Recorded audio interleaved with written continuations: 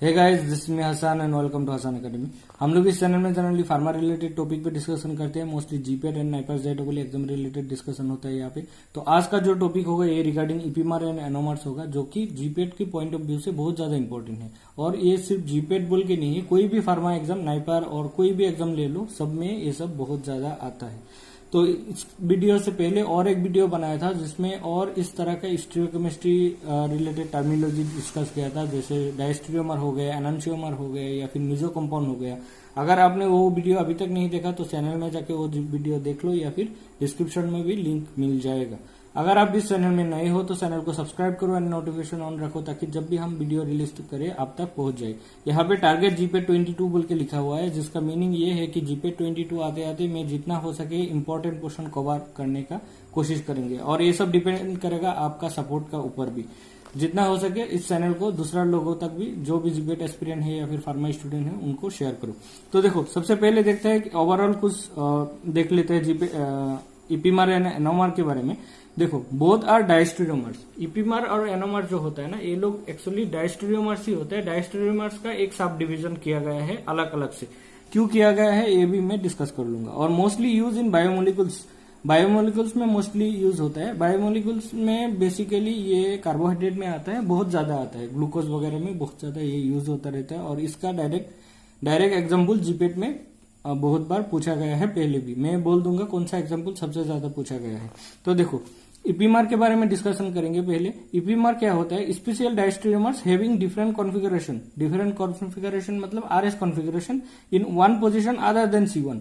जो भी कॉन्फ़िगरेशन होता है वो डिफरेंट हो जाता है किसी एक पोजीशन में, बट वो पोजीशन C1 नहीं होना चाहिए। क्यों C1 नहीं होना चाहिए ये आपको पता लग जाएगा जब हम लोग एनोमार देखेंगे। क्योंकि एनोमार में अगर डिफरेंस हुआ, C1 पोजीशन में अगर डिफरेंस हुआ तो वो एनोमार बोला जाता है। तो देखो, यहाँ पे एक कंपाउंड मैंने ले लिया एग्जाम्पल के लिए, कोई भी एक कंपाउंड में लिख लिया, जिसमें इधर पूरा हेलोजन रख दिया और इधर हाइड्रोजन रख दिया। अब हमको इसका क्या करना है? एपीमार ड्रॉ करना है। तो सपोज एपीमार ड्रॉ करना है तो हम C1 पोजीशन नहीं ले सकते। उसके अलावा जो भी पोजीशन है वो सब यहाँ से लेके यहाँ तक, C2 से C5 तक, 5 तक जो भी पोजीशन है सब कायरल सेंटर है। और इसमें से किसी एक पोजीशन का कॉन्फ़िगरेशन चेंज करना है। सपोज AR है, AR है, AS है, AR है, तो किसी एक का हम चेंज कर देंगे, तब बन जाएगा इसका एपीमार। तो CH3 रख देते हैं और बाकी 4 ऐसे ड्रॉ कर देते हैं। लास्ट में फिर से CH3 रख देते हैं, क्योंकि ये कायरल सेंटर नहीं है, इसको चेंज नहीं करना है। तो ये है C2, ये है C3, किसी भी एक पोजीशन का अगर हम चेंज कर देंगे तो ये बन जाएगा एपीमार। तो सपोज C2 में सही रखते हैं, बट C3 में हम लोग चेंज कर दिया, क्लोरीन इधर रख दिया और हाइड्रोजन इधर रख दिया, तो ये बन गया हमारा। बाकी सब सेम रख दिया, तो ये बन गया हमारा एपीमार। तो मैंने C3 पोजीशन में चेंज किया है, C3 पोजीशन में चेंज किया है। आप किसी भी पोजीशन में चेंज करके इसका एपीमार बना सकते हैं। और सबसे ज्यादा क्वेश्चन जो आता है वो ग्लूकोज रिलेटेड एक क्वेश्चन आता है।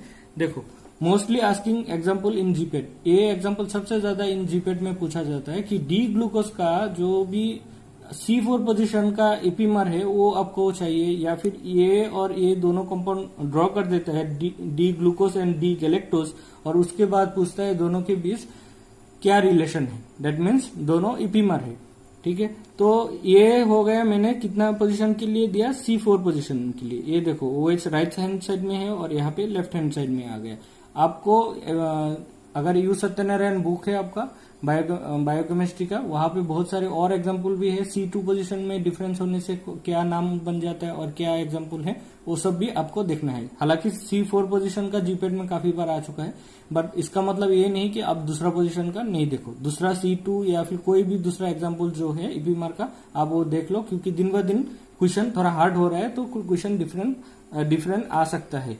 तो ये डी ग्लूकोज है, ये डी गैलेक्टोज है। यहाँ पे जो डी है, कैपिटल डी, ये किस लिए नाम आया, साथों साथ ये भी आपको सीखना है। देखो, जो हमारा लास्ट कार्बन है उससे पहले जो भी कार्बन है उसका पोजीशन किधर है, आई मीन उसमें OH ग्रुप या फिर जो हेवी ग्रुप है वो किस डायरेक्शन में है, राइट हैंड साइड में है, तो ये डी आया। और यहाँ पे भी देखो, ये लास्ट कार्बन से पहले जिस कार्बन है कायरल सेंटर है, उस कायरल सेंटर में यहाँ पे OH ग्रुप राइट में है, तो डी आया।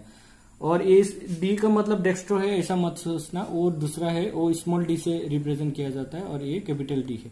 ठीक है। तो ये हो गया डी ग्लूकोस, ये भी हो गया डी गैलेक्टोस। ये दोनों देख लेना, काफी एग्जाम्पल है, काफी इंपॉर्टेंट है। स्क्रीनशॉट लेना है तो ले लो, यहाँ तक हो गया, और इसका स्क्रीनशॉट ले लो।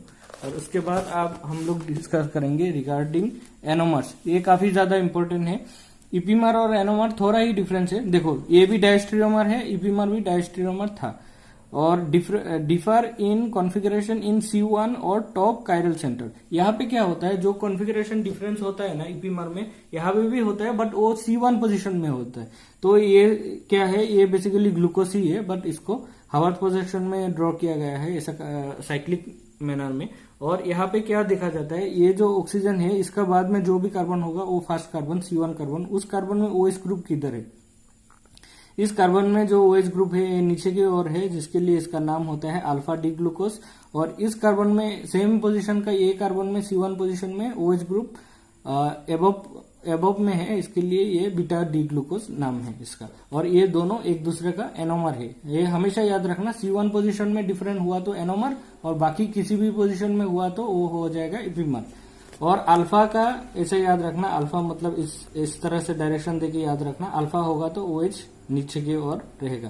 ये मेरा ट्रिक था, मैं इस तरह से याद रखता था, आप जैसे भी याद रखना है रख लो। अल्फा मतलब OH ग्रुप नीचे की ओर होगा। अब देखो क्वेश्चन किस तरह से आता है और लोगों को कंफ्यूज किस तरह से करता है, आप इसका स्क्रीनशॉट लेना है तो ले सकते हो। देखो पहले जो क्वेश्चन आ चुका है और जो एक काफी स्मार्ट क्वेश्चन माना जाता है, एक क्वेश्चन किस तरह से पूछता है कि alpha D glucose and beta D glucose are, alpha D glucose और बीटा डी ग्लूकोज में रिलेशन क्या है, या फिर दोनों में रिलेशन क्या है, या फिर दे आर, वो लोग बेसिकली क्या है।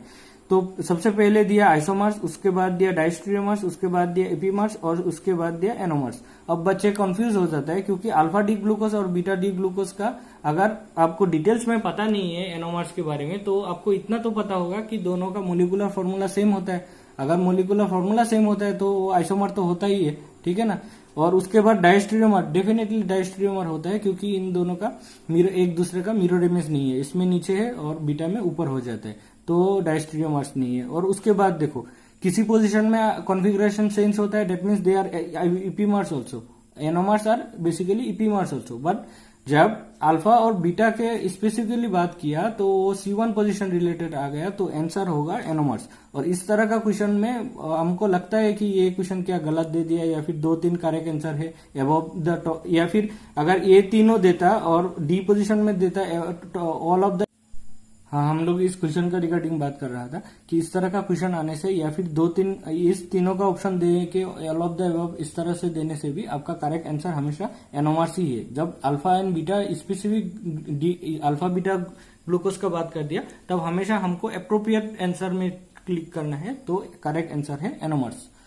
तो इस तरह का मिस्टेक बहुत लोग कर लेते हैं, आपको नहीं करना है। आप इस चैनल में जुड़े रहो और आगे चीजें धीरे धीरे सीखते रहोगे। अगर आपको वीडियो ठीक लगा तो आप वीडियो को लाइक करो और अपने फ्रेंड के बीच शेयर करो। Thank you for watching and keep sharing my video. Thank you. हाँ, हम लोग इस क्वेश्चन का रिगार्डिंग बात कर रहा था कि इस तरह का क्वेश्चन आने से, या फिर 2-3 इस तीनों का ऑप्शन दे के ऑल ऑफ द अबव इस तरह से देने से भी आपका करेक्ट आंसर हमेशा एनोमर्स ही है। जब alpha and beta specific alpha beta glucose का बात कर दिया, तब हमेशा हमको अप्रोप्रिएट आंसर में क्लिक करना है, तो करेक्ट आंसर है एनोमर्स। तो इस तरह का मिस्टेक बहुत लोग कर लेते हैं, आपको नहीं करना है। आप इस चैनल में जुड़े रहो और आगे चीजें धीरे धीरे सीखते रहोगे। अगर आपको वीडियो ठीक लगा तो आप वीडियो को लाइक करो और अपने फ्रेंड के बीच शेयर करो। Thank you for watching and keep sharing my video. Thank you.